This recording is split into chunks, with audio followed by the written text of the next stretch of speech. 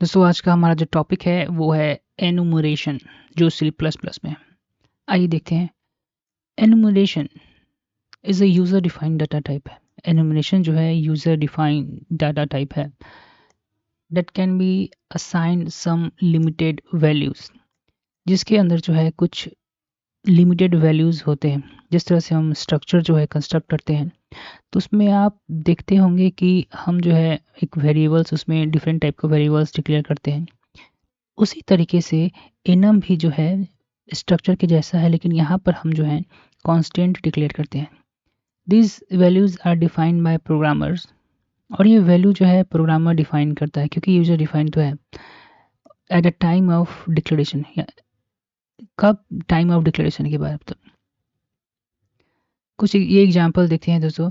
यहाँ पे हमने देखा है एक enum हमने बनाया है।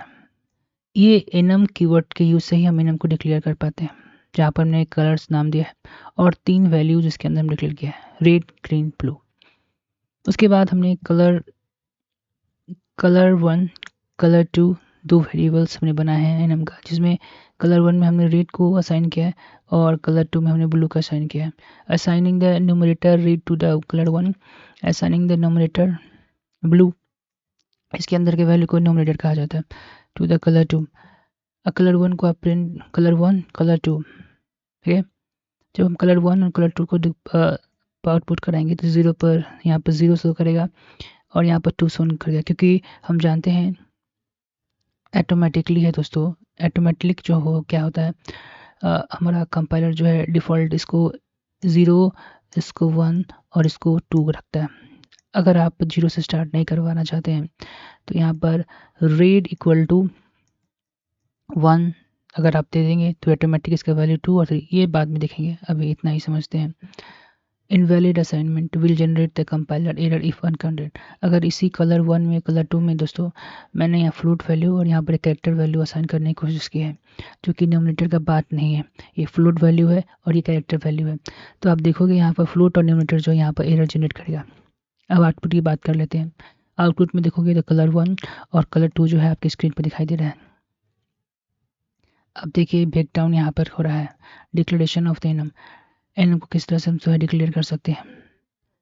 Annum enum colours red blue green. Here यहाँ पे हमने डिफाइन किया है इनवर्टेड टाइप कलर को विथ 3 पॉसिबल वैल्यूज। इसके अंदर 3 ही पॉसिबल वैल्यूज जो है हो सकते हैं, रेड ग्रीन और ब्लू, ठीक। These values are called enumerators, उसी को हम लोग इनोमिनेटर कहते हैं।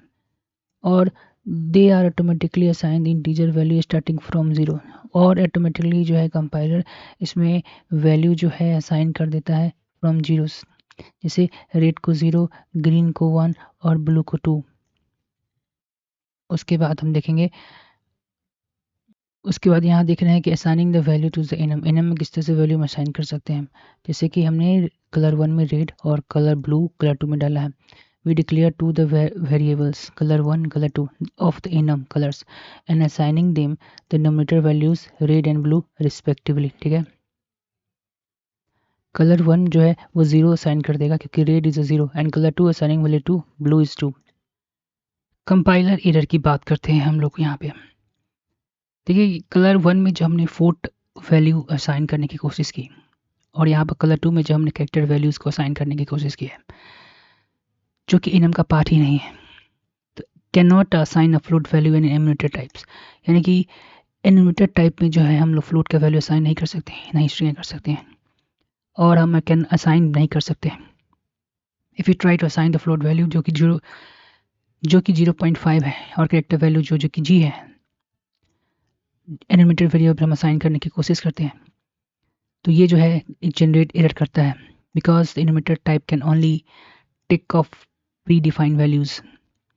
ये पहले से प्री डिफाइंड वैल्यूज़ को ही स्टोर कर सकता है, सिर्फ रेड ग्रीन और ब्लू इन दिस केस।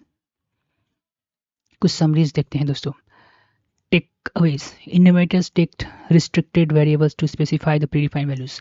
इनोमिनेटर जो है केवल रिस्ट्रिक्टेड वैल्यूज़ को ही ले सकता है, जैसे इस केस में रेड ग्रीन ब्लू है जिसे हमने पहले से ही प्री डिफाइन करके रखा है।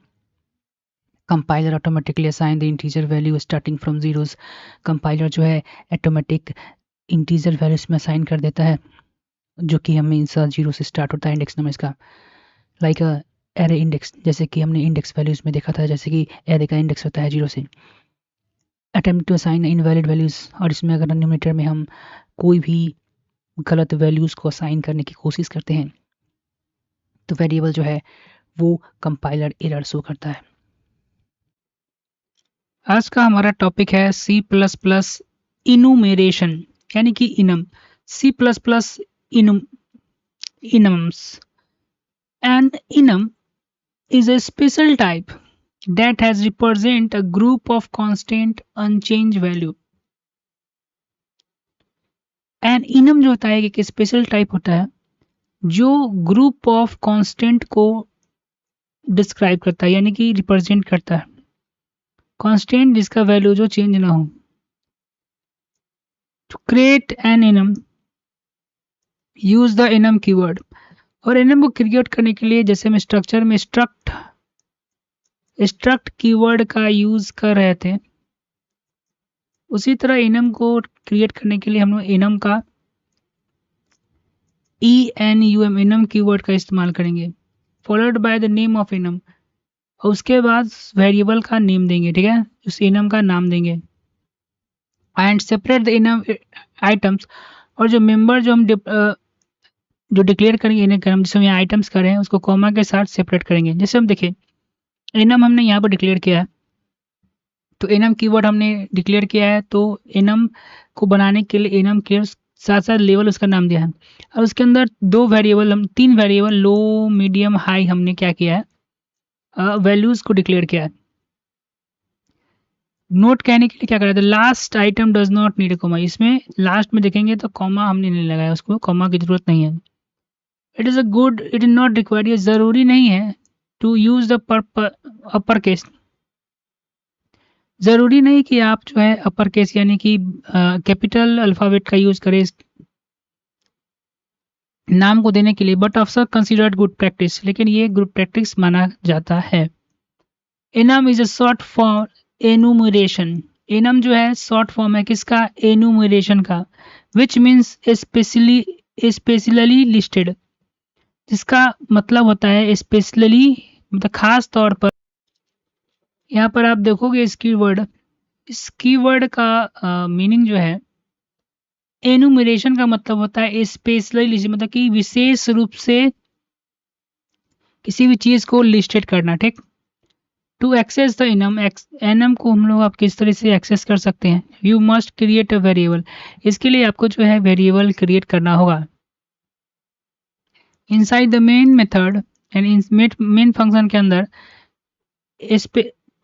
स्पेसिफाई द num कीवर्ड, यहाँ पर num कीवर्ड लिखे, followed by name of the enum, जो enum का नाम लिखे उसके बाद उसका नाम लिखे, जैसे यहाँ पर हमने लेवल लिखा है, और उसके बाद एक वेरिएबल, उसके बाद आप जो है वेरिएबल को डिक्लेयर कर सकते हैं, जो कि हमने यहाँ पर माई वर्ड किया है। now that you have created an enum variable myvar, you can assign the value to it। अब हमने एक वेरिएबल क्रिएट किया है myvar के नाम से, अब इसमें हम लोग वैल्यू को क्या कर सकते हैं, असाइन कर सकते हैं। तो assign the value must be one of the item inside the enum, low medium या हाई। अब देखिए क्या कह रहा है, वैल्यू को असाइन करने के लिए यहाँ पर कह रहा है कि इन तीनों में से, ठीक है, इन तीनों में से कोई ना कोई एक आइटम जो है enum के अंदर होना चाहिए। जैसे माई वार में हमने क्या किया है, मीडियम को इसमें असाइन किया है। अगर डिफॉल्ट तुम देखोगे तो फर्स्ट आइटम जो है वो है 0, उसका 0 वैल्यू, सेकेंड मीडियम का 1 है, और एक्सेट्रा इसी तरह। Now if you want to try my var value, इसको अगर प्रिंट करवाओगे आप माई वार वैल्यू को, तो आपको आउट जो है मीडियम का 1 दिखाई देगा, ठीक।